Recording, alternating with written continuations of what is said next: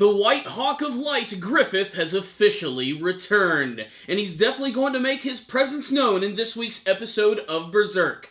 The first order on his agenda of darkness is to build a brand new Band of the Hawk. The Neo Band of the Hawk. And that's what made this week's episode so exciting. The introduction of a ton of brand new warriors and monsters for Guts and his friends to go up against.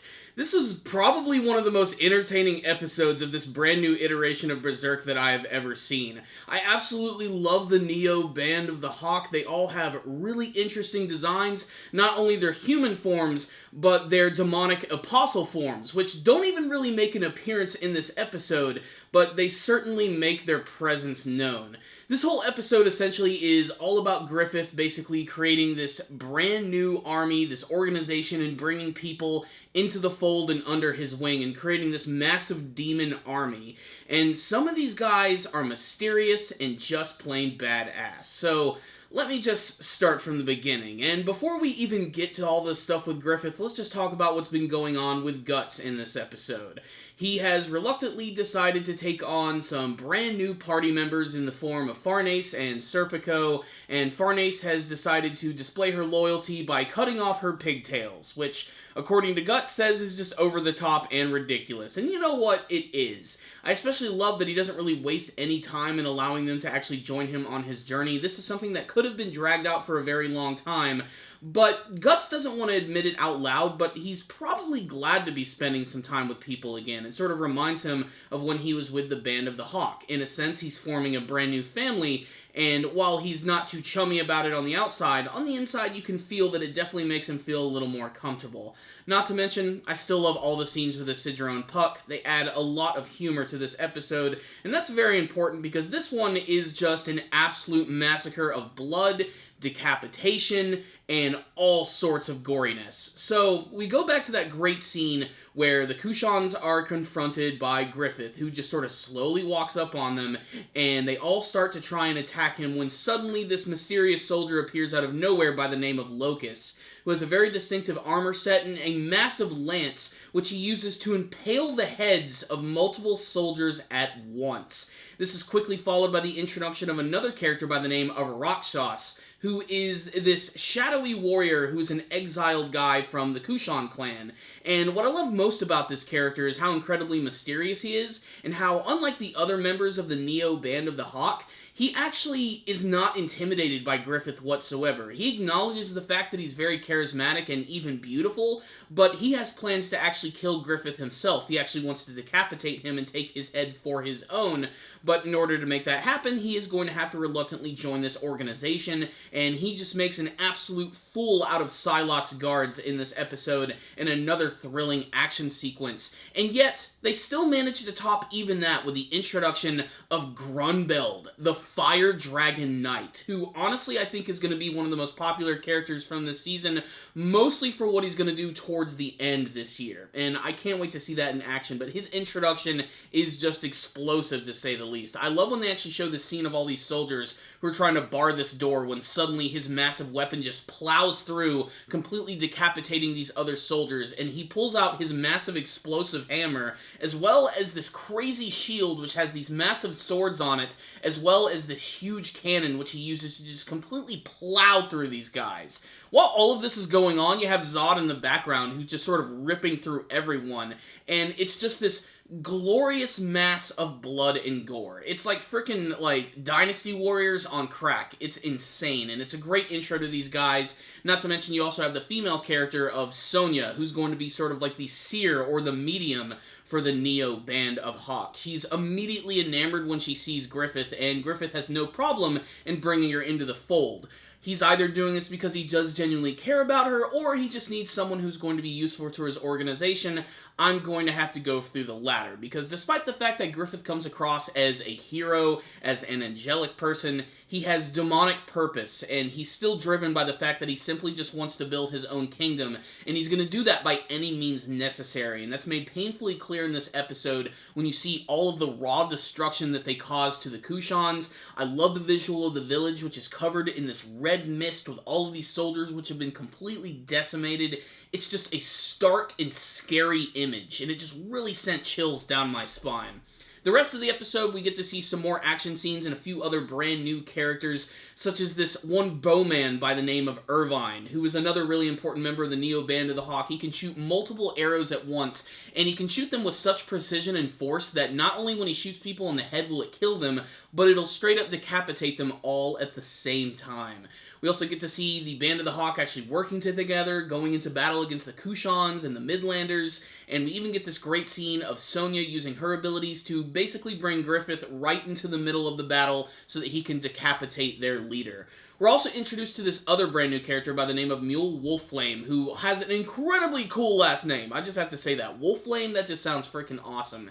And the feeling that I get from this character, and even when I was reading it in the manga, he kind of gives me that, like, Rickert vibe.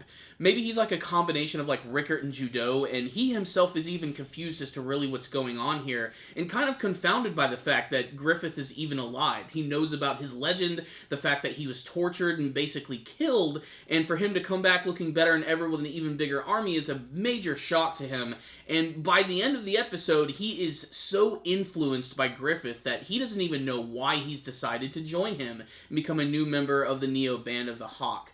And it's such a great juxtaposition, too, because there's this scene where Sonya introduces Mule to the Neo Band of the Hawk and the Demon Army, and they are freaky as hell. And then right after that, you have the scene where Griffith is seemingly communicating with the spirits of the dead and allowing all of these families to actually, like, see their dead family members, which almost seems too kind for Griffith, as if they're trying to, like, build him up as if he is some sort of hero for the series. And that, again, I think has always been one of the coolest things about the Berserk series, is how they take the concepts of heroes and villains and they sort of switch them around, with Guts essentially being the protagonist of the story, but coming across as very gruff around the edges, being covered all in black, and being very destructive in the way that he fights, and he's the hero, where you have a character like Griffith, who is very shimmering and shining and white and pristine, and fights with a style which, unlike Guts, is very to the point and very sharp.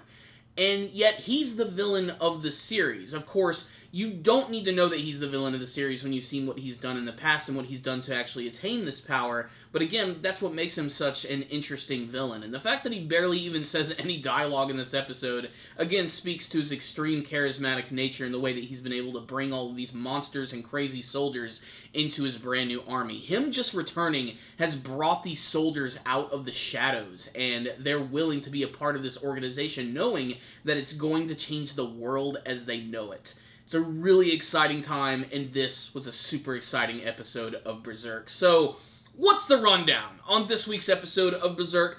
Blood, guts, action, monsters. That is what I have been waiting for. Don't get me wrong, I love the first half of the Berserk story. I love the build-up of the relationship between Guts and Griffith and the Band of the Hawk, but it's when we finally started getting to this part of the story is when I really started to fall in love with the series and all of the amazing characters within it.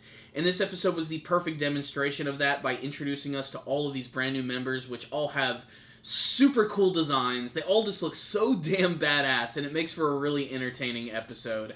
This one right here is not an episode for the squeamish. I swear there were like over 30 decapitations in this episode alone. It opened up with Griffith killing this Kushan general by just stabbing him right through the eye and the sword going through the back of his head, followed by multiple people being killed with lances, Zod just ripping through people like it's like no business, and seeming as if he's really enjoying it. And, of course, the introduction of characters like Rakshas, Irvine, and, of course, Grunbeld. Grunbeld, in particular, is awesome. He's basically a giant. And he does appear more human than some of the other members of the Demon Army, but I reassure you that all of these guys are going to go through some pretty drastic transformations, kind of similar to what you've seen from the other apostles of the series.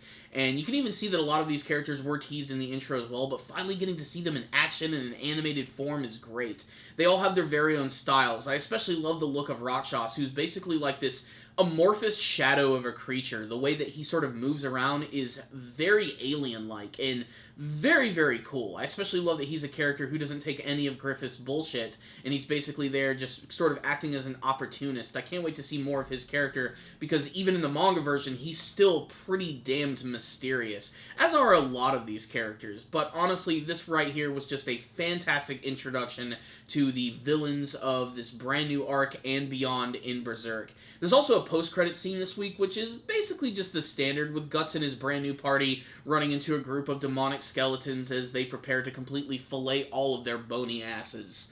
This was a great episode of Berserk, and honestly, there are little moments that are starting to look a lot better. A lot of those being the CG moments. They tend to be a little easier on the eyes in this season, and there tends to be less of them. Like, there was a lot of great 2D animation in the beginning of the episode, combined with the 3D animation. It just made for a really fantastic experience, and I'd go as far as to say this is probably my favorite episode from this brand new season of Berserk, and I think I liked it even a little bit more than some of the stuff that I saw from the first season, not only from a storytelling standpoint, but just from all of the spectacle and ridiculousness they showed in this one. So, I loved this episode so much, I'm going to give it a 5 out of 5, and if you're a Berserk fan, you should definitely check it out. If you're not digging the CG animation, watch it anyway. If anything, it's just a great tribute to an amazing manga series.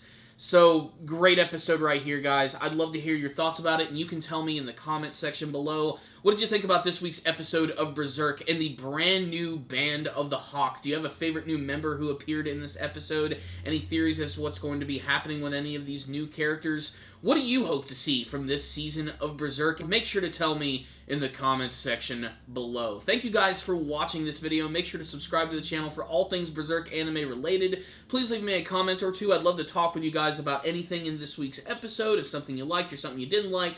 And remember, if you liked the video, give it a thumbs up. If you didn't like it, give it a thumbs down. I will see you guys next time.